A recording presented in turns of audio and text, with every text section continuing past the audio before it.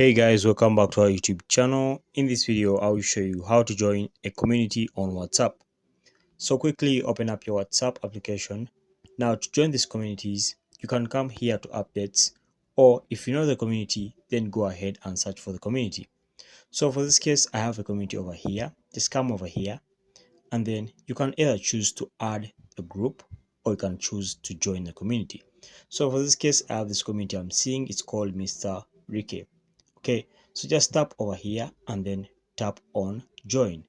So just tap in the community itself and then come to the announcements. So these are the announcements of this community.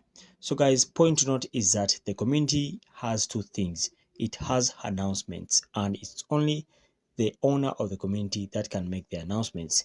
If you want to make your own community, just come and tap on this and then make your own.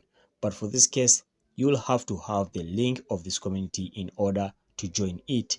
And it's the admin of this community that gives you the link to join. So to see the admin, just come over here and then tap in the community and then tap over here up, and then down here you see the members, okay, over here. And as you can see, these ones are the group admins. So you have to tap over here and then message them and ask for the community link for others to join. So that's it guys. Thanks for watching. Like and subscribe. We shall meet